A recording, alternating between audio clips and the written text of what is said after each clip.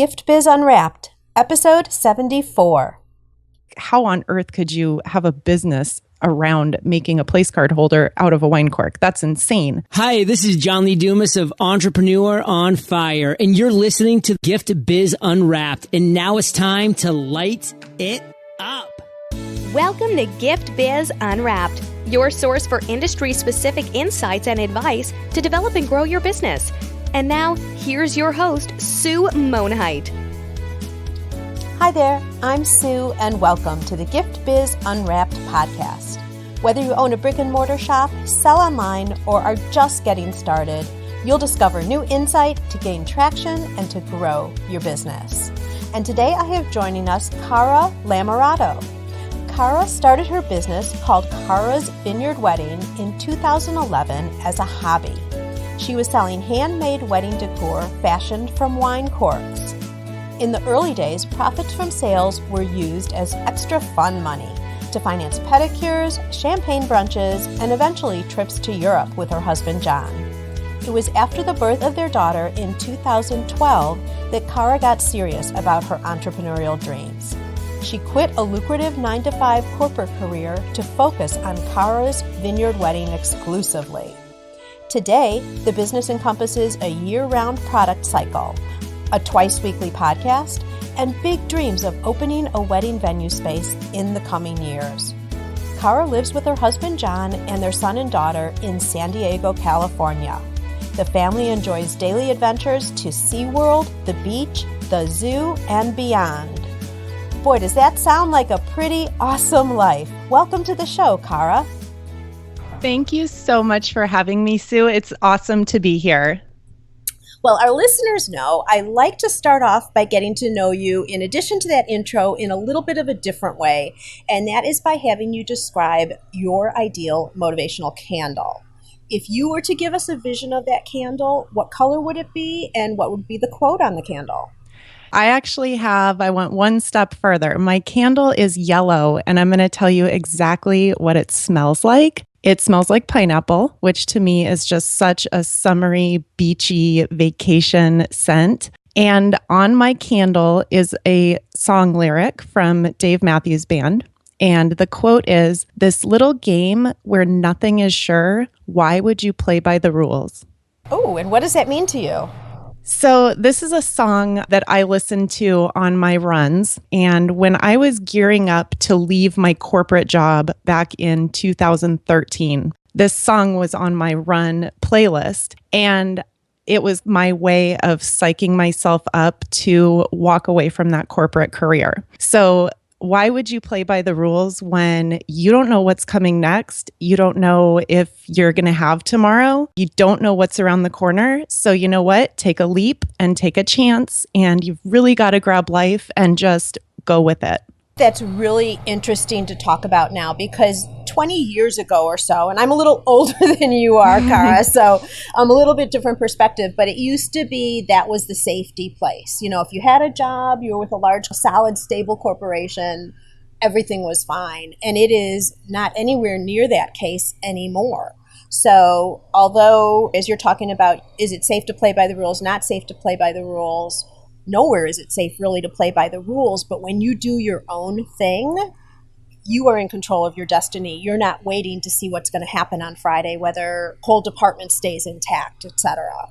That is so true. And I don't mean play by the rules like don't pay your taxes and, like do crazy stuff. Right. But to me, the rules at that point in my life, I had a daughter who was going to be 1 year old. So I took a 5-month maternity leave, went back to work for just about 7 months or so. But the day I went back, I knew I did not want to be there permanently. And so playing by the rules at that point would have been to continue that corporate job, continue bringing home a really nice salary, put my daughter in daycare.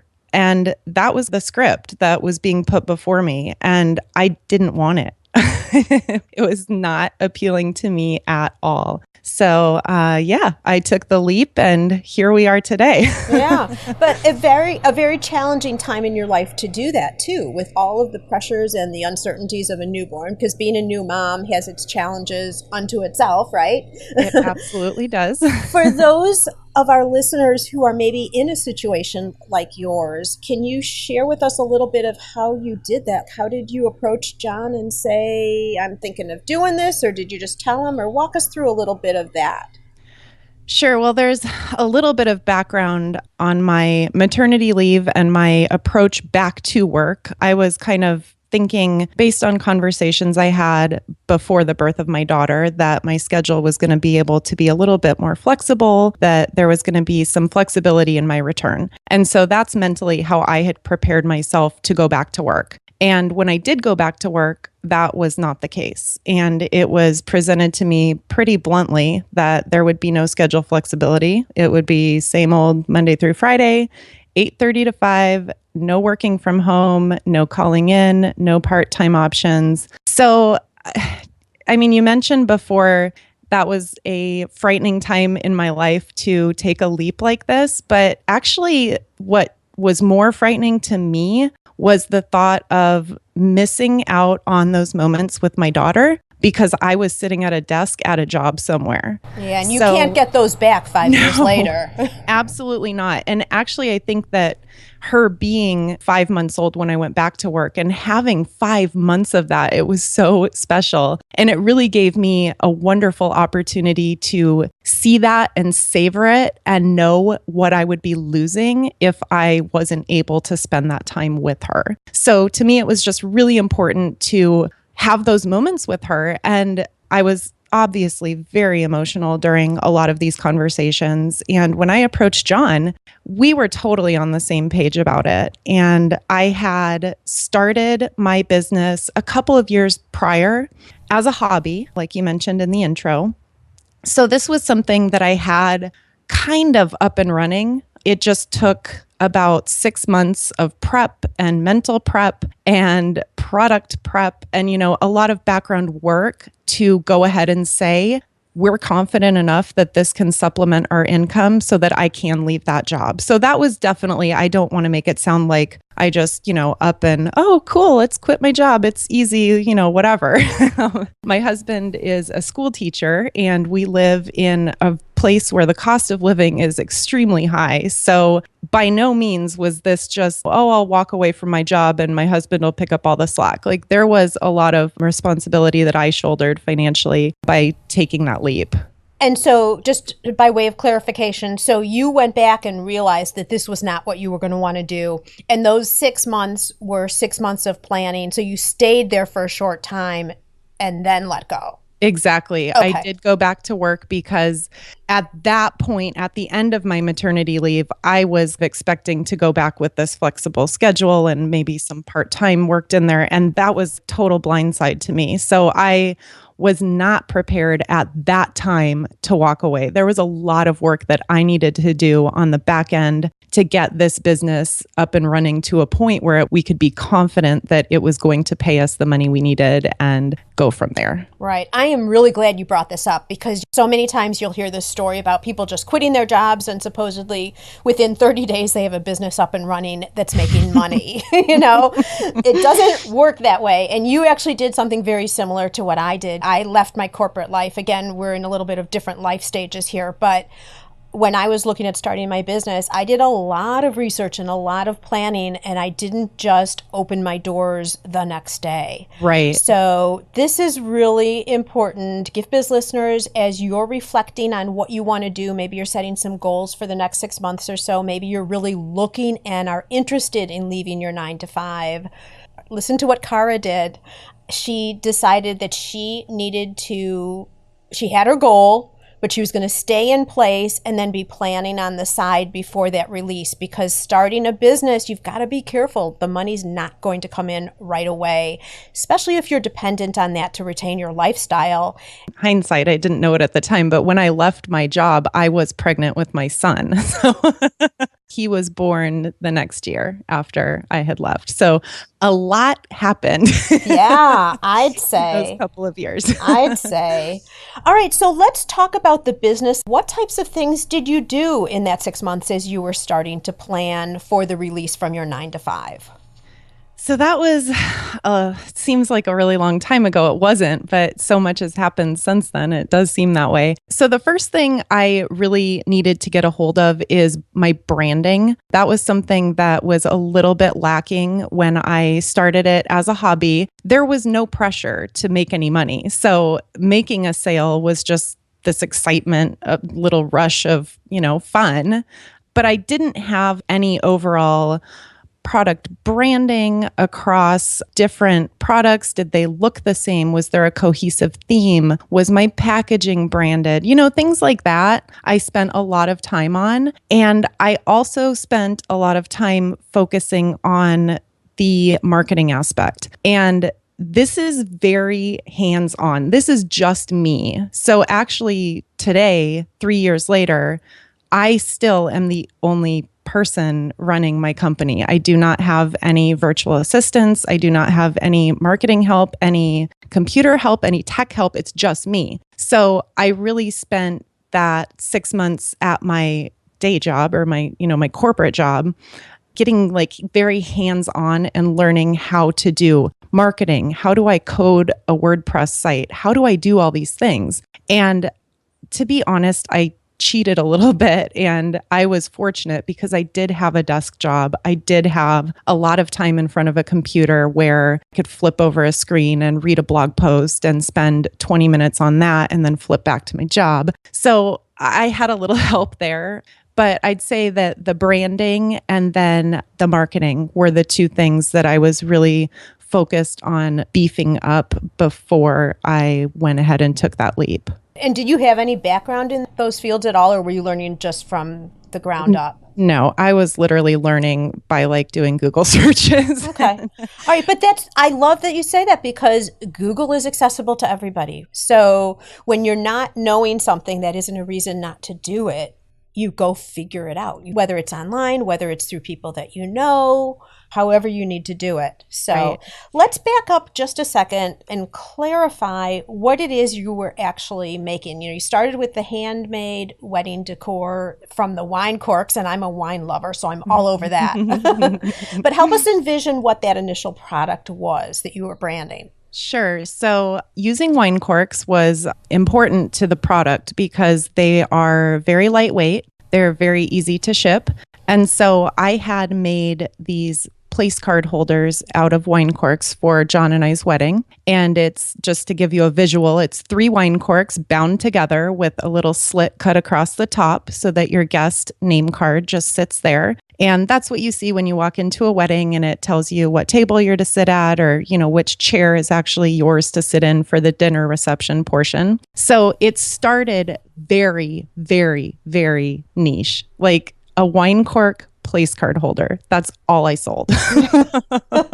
You kind of might think how on earth could you have a business around making a place card holder out of a wine cork? That's insane. But I mean, that's what the internet allows us to do. It allows me to reach a worldwide audience of people getting married. And then it branched out from there. You could use these for a wedding. You could use these for a good old dinner party. You could use them on your Thanksgiving table. So over time, I guess the way I visualized the product being used evolved a little bit because I did start with just weddings in mind.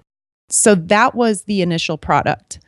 Today, I sell about 120 different variations of a wine cork place card holder. Oh, wow. Yeah. So if you visit my online store, you'll see different colors, different styles. Some are 3 corks, some are 2 corks, some are 1 cork. Lots of variations on that. And then I do have a couple of other products that I've added over the past 3 years that I didn't start selling, but as things evolved and I tried out different mediums and things grew a little bit, I've expanded that.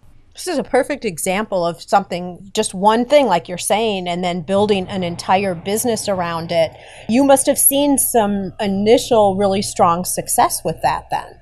I did. And I think that was because it was so dialed in and it was so focused. And so if you're a wine lover and you're getting married and you're searching for wine cork place card holder, my goal and what I knew needed to happen is that I needed to be the one that you saw.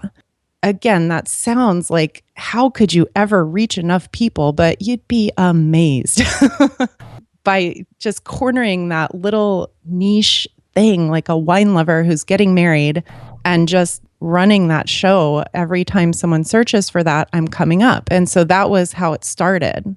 Did you expand from there in terms of, I would see opportunity with vineyards and event planners and all of that.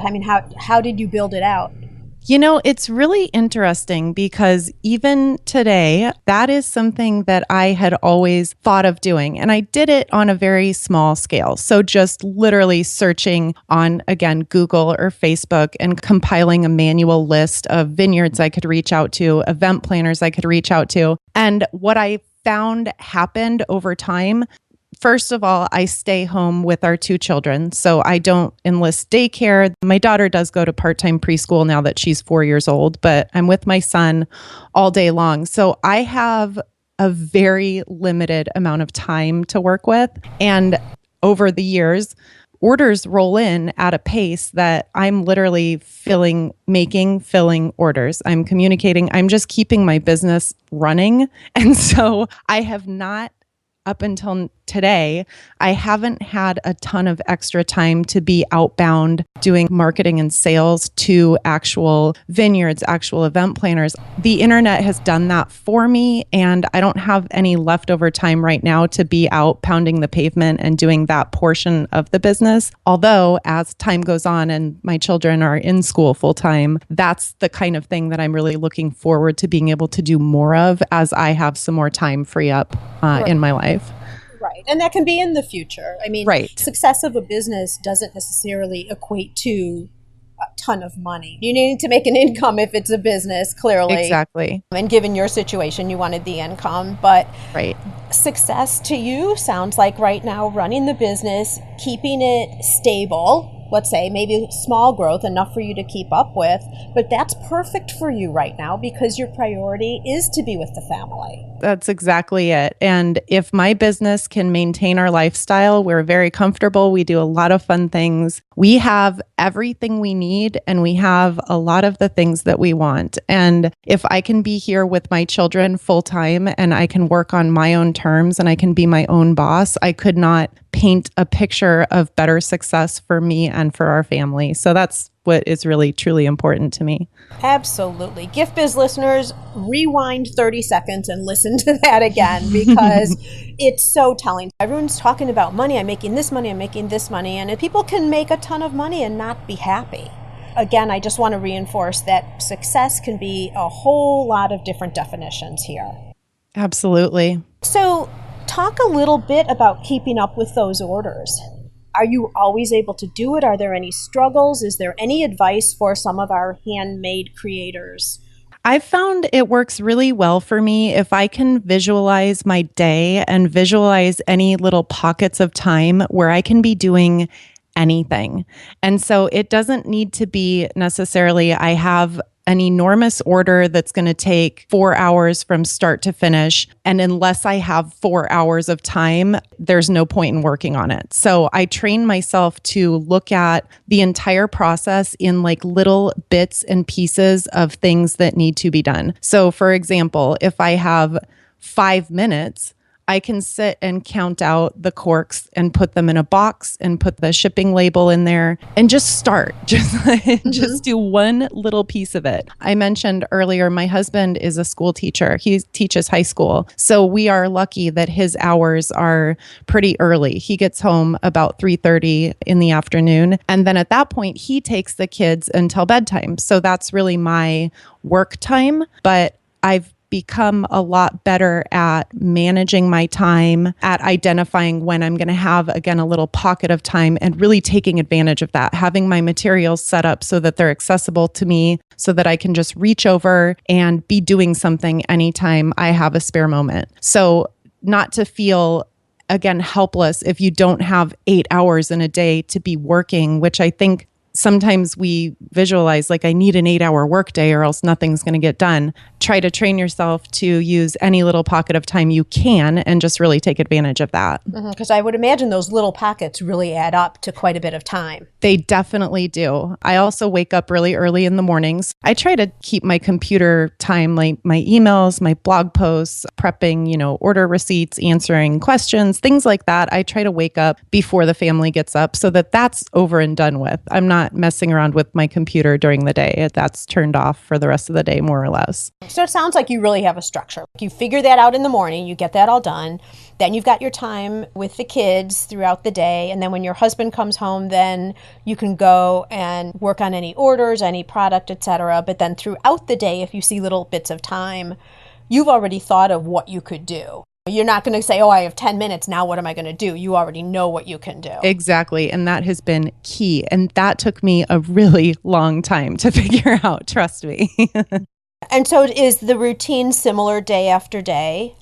Yeah, it is more or less. My daughter goes to preschool 3 days a week, and that's changed from last year. She was only going a half day last year. This coming year, she's going to be going a full day, so that's going to be a little bit different. But yeah, more or less, the kids wake up, we get ready for the day, we go out and do something really fun, and then we come home midday, and that's when they'll play with their toys in the room. They'll maybe watch a show for a little while, and that's when I ramp up getting ready to work, and then my husband comes home, and then that's when like the glue gun gets plugged in and things get serious. There you go. That's when I really start working. Well, it totally sounds like you have it together, and it's nice to hear this just by example for other people who are in a similar situation. You've got the plan, but it sounds so easy when you describe it. It just free flows throughout your day. I'm sure there are times when it's not like that, and we're going to get into that in a second, but just to have that kind of structure, I think the key is having those blocks of time figured out and specifically what you're going to do about it, so you don't just walk into it saying, okay, now I've got a little bit of time, but you have no idea what you're going to do. Just really having a solid purpose for each of those blocks of time. Yes, absolutely. And it is not always easy. Like you said, of course it's not. There are struggles when you have a 2-year-old and a 4-year-old. Any of your listeners with little kids at home can definitely relate to that. So I don't mean to make it sound like it's easy peasy done. Yeah. Well, let's go there. Let's go there. Give us a challenging time. Let's do it.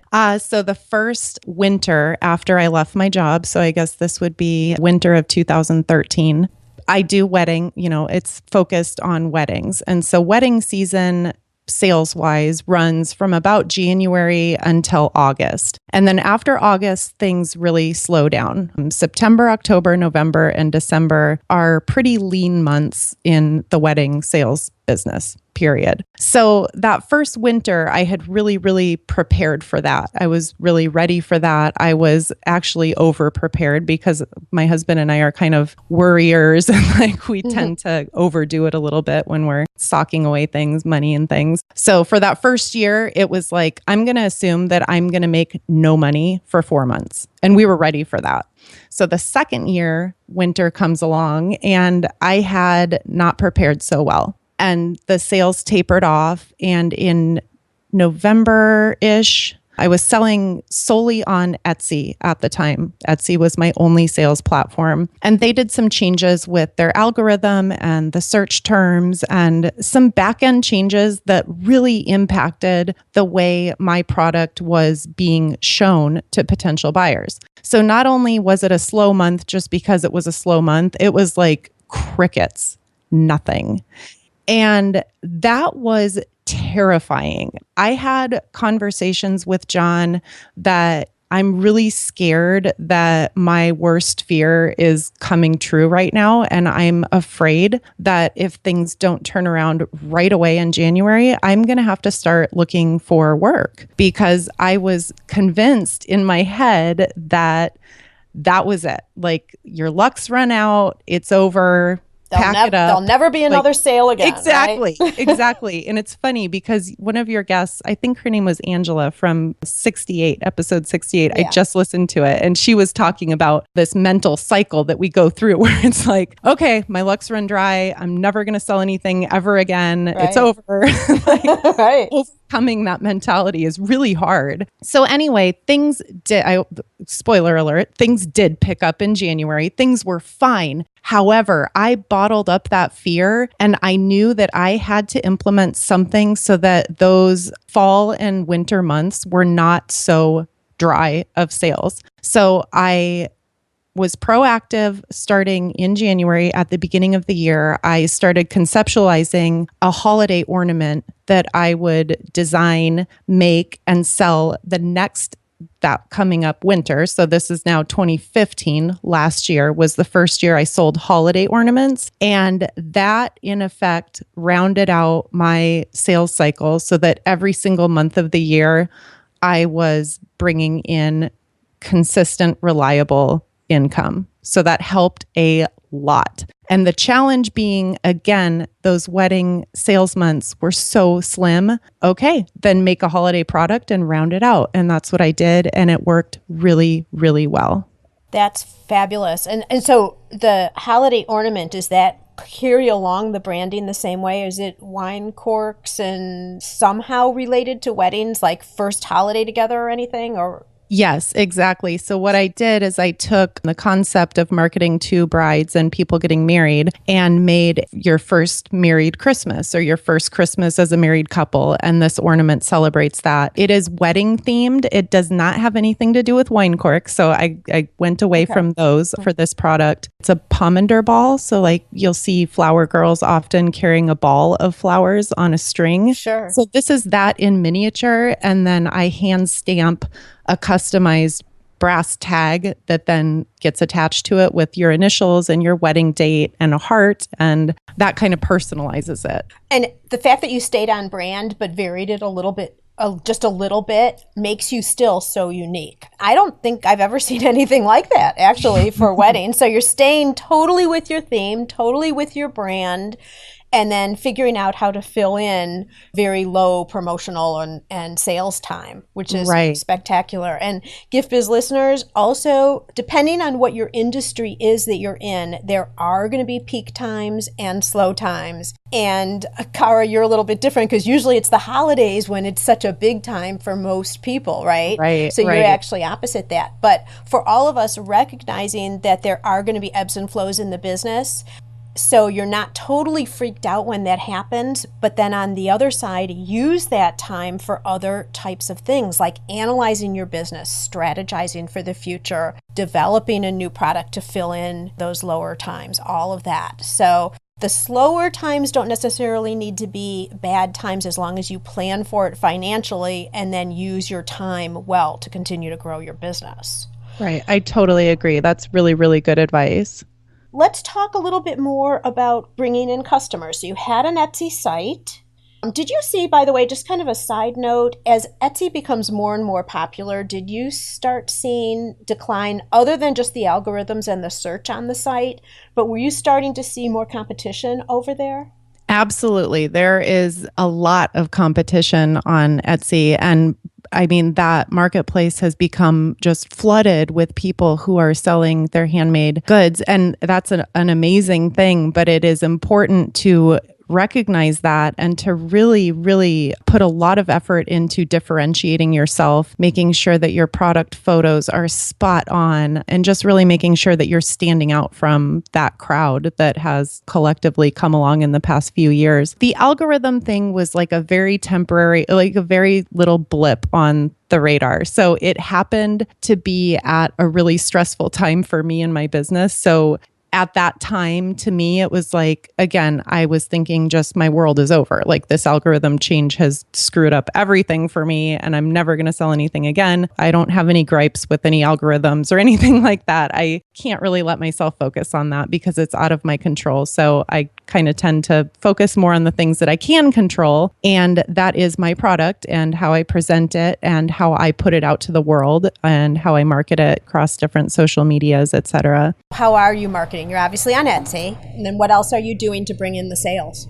I am on Etsy. Back in 2014, 2014, I also started selling on a platform called Shopify. And Shopify really allows you to run your own show. So you are creating your own website. It is totally independent of a larger company's policies and rules and regulations. On Etsy, you're kind of abiding by Etsy's rules. On Shopify, you make your own store. You make your own policies. You are totally in control of everything that happens to that website, which is really a blessing in many ways. It gives you just a lot more autonomy over your business. The challenge with that is the marketing. So my Shopify sales versus my Etsy sales today, it's about 1/4 Shopify, 3/4 Etsy. And I'm just talking sales revenue. To get that independent website out, to get my brand out, I found Pinterest to be invaluable just for the wedding industry. It served me really, really well. And again, I do try to keep my product photos really top notch. And so that translates really well to a platform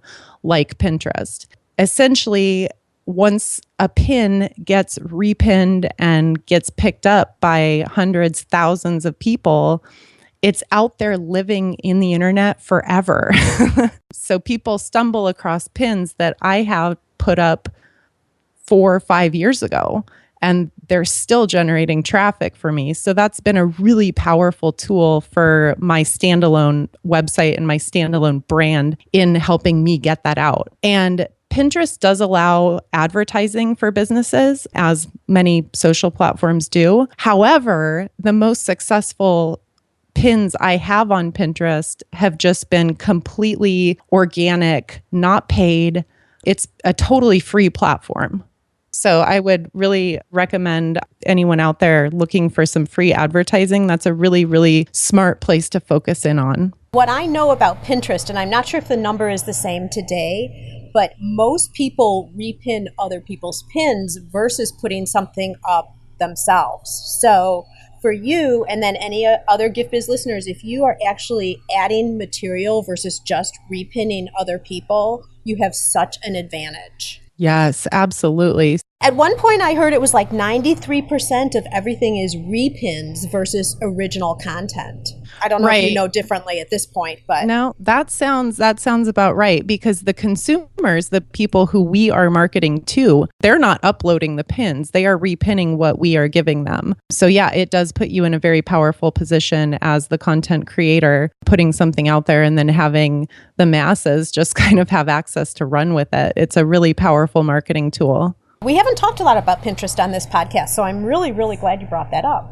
I'll mention quickly too, with Pinterest and the Shopify platform that I sell on, Shopify and Pinterest have actually teamed up to offer they're called buyable pins. So if you're on Pinterest from an iOS, an Apple device, you'll see oftentimes a blue buy it button. So you can actually buy product from Pinterest, from that platform. And that's Shopify integrating itself into Pinterest. So that is a really good benefit of, again, using the Shopify platform. You can have your products actually available for sale on Pinterest. And again, it's totally free, just a free feature of using that Shopify platform. Wonderful. And for listeners who aren't familiar with Shopify, this is not a 100% custom, really expensive option. Would you just call it more template driven?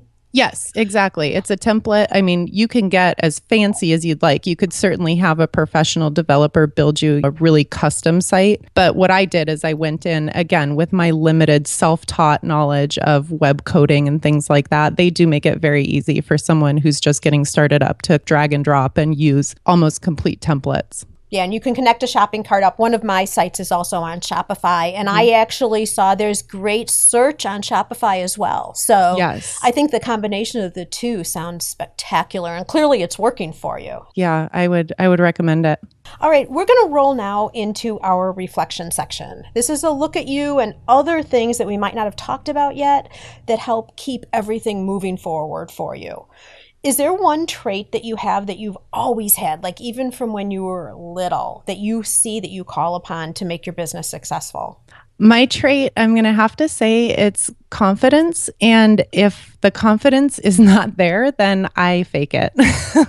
Growing up, I'm very tall. I'm 6 feet tall. And so growing up when I was young, I was always the tallest person. And honestly, being a tall, confident adolescent girl was really, really hard. That's a hard time in life, just period. Fast forward, though, to my adult life, I've seen my confidence and, again, my ability, if I don't feel confident and I am a little bit nervous or I'm not sure I'm 100% positive what I'm doing, just fake it. I mean, you've got to put on that face and just present yourself to the world in that way. And I found that if I'm not feeling confident, if I just fake it, then eventually you come around to it. So it all kind of works out in the end. But I think it's so easy in our business, in what we do as handmade artists, in the online space, on social media, you come across feeling like I'm an imposter. Like, what am I even doing? Do I even belong here? And you got to turn that off. You have to beat it. And my confidence has really, I think, taken me far in that respect. I agree with you on confidence. Also, even if you're not there right now and you fake it, as you're saying, that helps to change your mindset as well. That makes you confident. Mm-hmm. Absolutely. Wonderful. Totally agree. And what tool do you use regularly as you're planning out? You've got your day all structured, right? What's the most significant tool that you're using in any of your time slots, the morning or night when you go back to work, to keep you productive?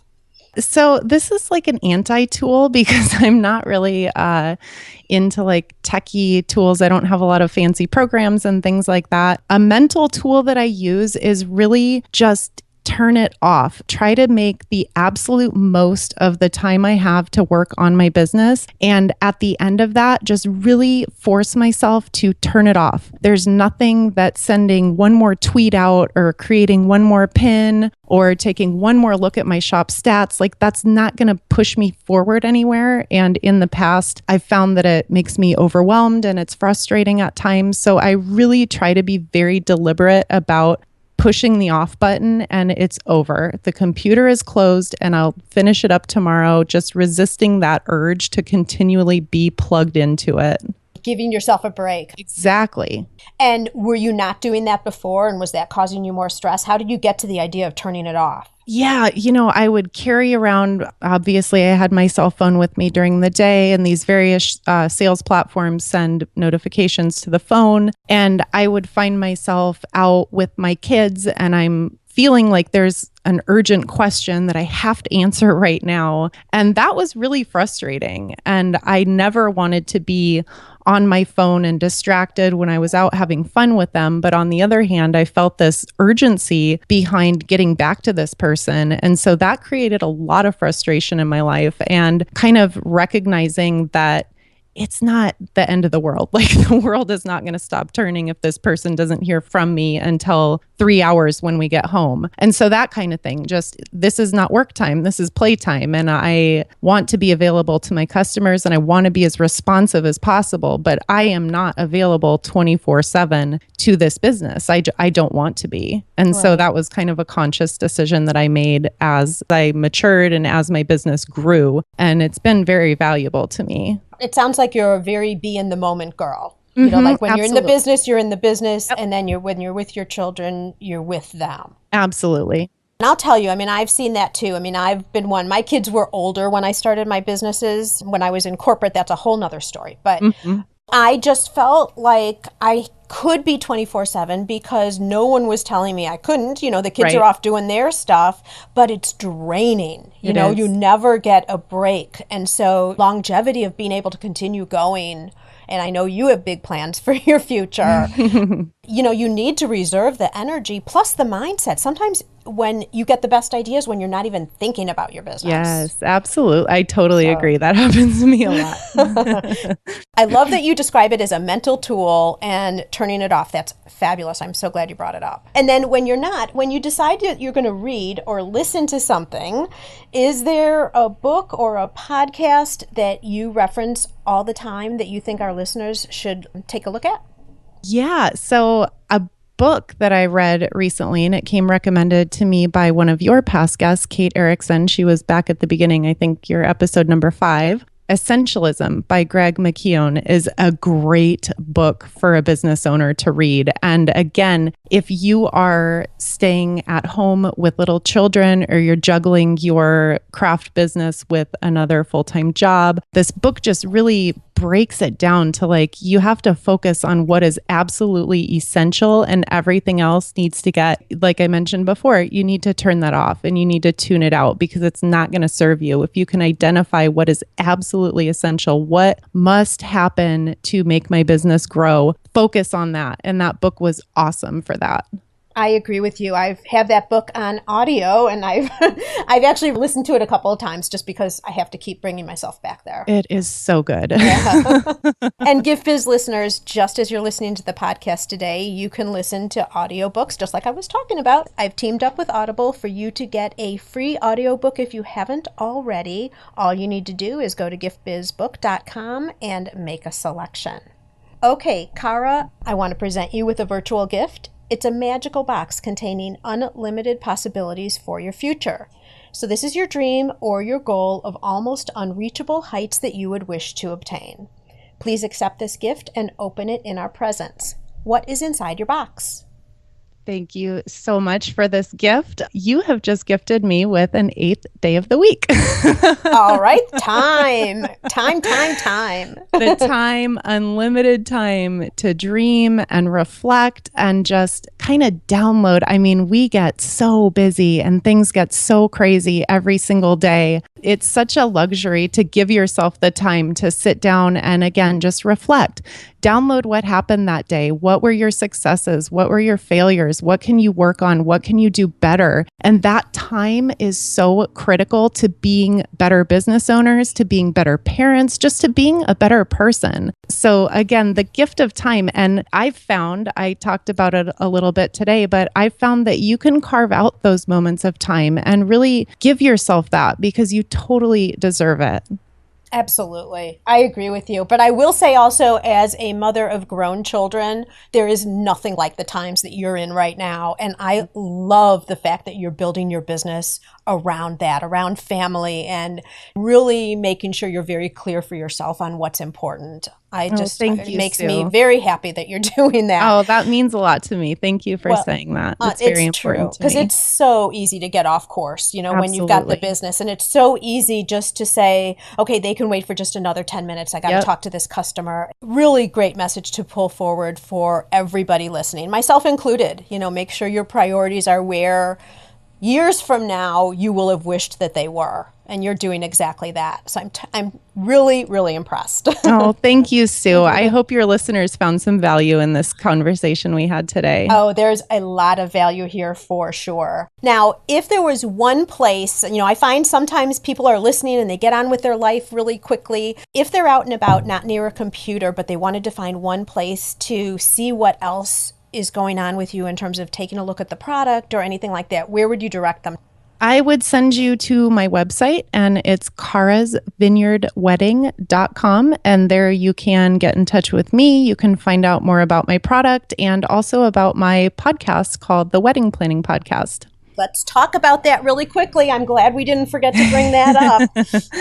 Talk about that just for a bit here. So the Wedding Planning Podcast is, I should have mentioned it earlier when we were talking about marketing efforts. I just launched it this past January. So it's an audio blog, different kind of wedding blog. I try to use very common sense, very down-to-earth wedding planning advice for brides and grooms who are on tight budgets and who don't have a ton of money to go crazy. I just like to give straightforward wedding planning advice, and you can catch that on iTunes or Stitcher Radio, or again on my website. I do episodes twice per week. So if you are planning a wedding, or if friends or family are planning their weddings, please let them know about the podcast. I absolutely love to have new listeners.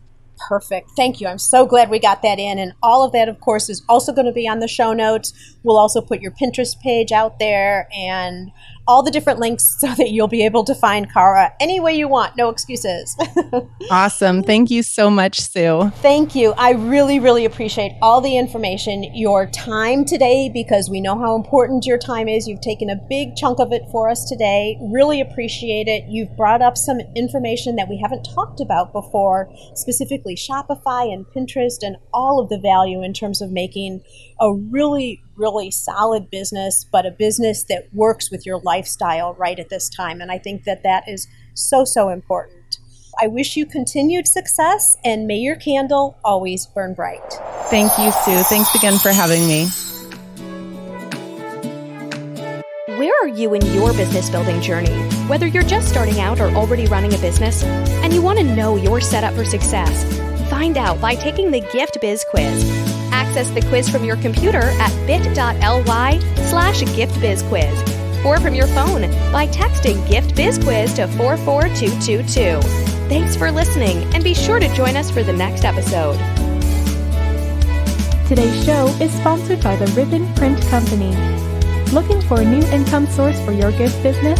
Customization is more popular now than ever. Brand your products with your logo, or print a Happy Birthday Jessica ribbon to add to a gift right at checkout. It's all done right in your shop or craft studio in seconds. Check out theribbonprintcompany.com for more information. After you listen to the show, if you like what you're hearing, make sure to jump over and subscribe to the show on iTunes. That way you'll automatically get the newest episodes when they go live.